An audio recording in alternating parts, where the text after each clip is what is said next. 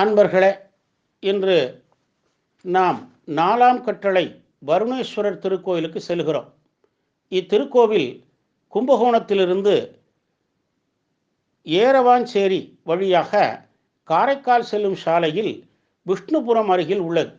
கும்பகோணத்திலிருந்து 20 kilometre தொலைவில் உள்ளது.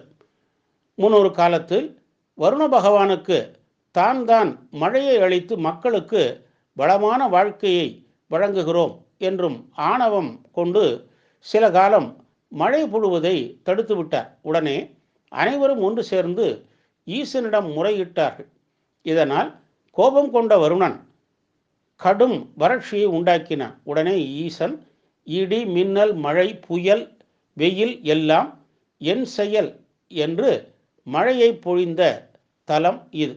தன் தவறை உணர்த்த வருணன் மன்னிப்பு வேண்டி ஈசனை இங்கு வழிபட்ட தலம்தான் இந்த 4ஆம் கட்டளை. இங்கு இறைவன் பெயர் வருணேஸ்வரர், இறைவி ஜல முகுல நாயகி.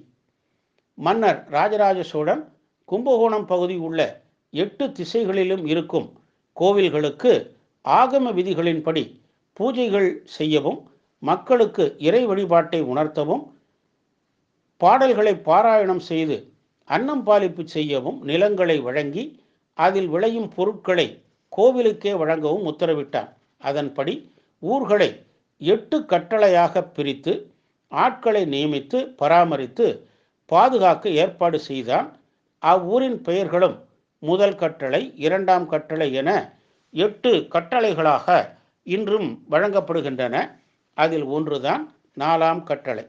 சுமார் 50 ஆண்டுகளுக்கு முன் இந்த கோவில் அருகில் உள்ள விஷ்ணுபுரத்தில் காஞ்சி மகா பெரியவர் தங்கி முகாமிட்டிருந்தார். அப்போது அவர் இக்கோவிலை ஞானத்தால் உணர்ந்து அவர் 4ஆம் கட்டளையில் சோழர் காலத்துடன் கட்டப்பட்ட சிவன் கோவிலை ஒன்று சிதிலமடைந்தது, இப்போது லிங்கம் மட்டுமே உள்ளதாகவும், இறைவன் பெயர் வருணேஸ்வரர் என்றும் அதற்கு திருப்பணி செய்ய வேண்டும் என்றும் கேட்டுக்கொண்டார். அதன் பின் 4ஆம் கட்டளை மக்களின் முயற்சியினால் கோவில் கட்டப்பெற்று 2017ஆம் ஆண்டு கும்பாபிஷேகம் நடைபெற்றது. அரசலாற்றின் வடகரையில் அமைந்த ஆலயம் இது. கோவில் சுற்றுச்சுவரை தாண்டி உள்ளே சென்றால் மண்டபத்தில் நந்தியம்பெருமான் சிவ தியானத்தில் உள்ளார். தொடர்ந்து விசாலமான மகாமண்டபம், அடுத்து கருவறை வாயில், இருபுறமும் விநாயகரும் முருகனும் உள்ளார்கள். கருவறையில் வருணேஸ்வரர் லிங்க திருமேனியராக திருக்காட்சி தருகிறார். கோஷ்டத்தில் தட்சிணாமூர்த்தி, லிங்கோத்பவர், பிரகாரத்தில் சண்டிகேஸ்வரர், பைரவர் ஆகிய சன்னதிகள் உள்ளன. அம்பாள் ஜலமுகுல நாயகி அந்தர்யாமியாய் அருள் புரிகிறாள். பிரகார சுவரில் 18 சித்தர்களும் ஓவியங்களாக உள்ளனர். வருணேஸ்வரரை வணங்கினால் நல்ல மழை பொழியும், விவசாயிகள் செழித்து விளைச்சல் பெருகிடும், கல்வி, ஞானம், செல்வம், மன நிம்மதி ஆகியவற்றையும் வருணேஸ்வரரை வணங்கினால் கிட்டிடும்.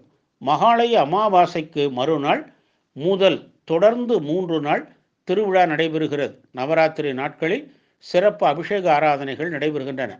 9வது நாள் மகிஷாசுர மர்தினி நாடகம் நடத்தப்படுகிறது.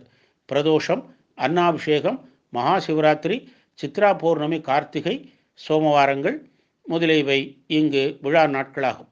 18 சித்தர்களின் திருநக்ஷத்திர வைபவமும் இங்கு நடைபெறும். இங்கு சன்னதி கொண்டிருக்குள்ள வனதுர்கை இப்பகுதியை காக்கும் காவல் தெய்வமாக விளங்குகிறாள். இவளை திங்கட்கிழமை தோறும் எலுமிச்சம்பழம் தீபமேற்றி வழிபட்டால் துன்பங்கள் விலகி ஓடும்.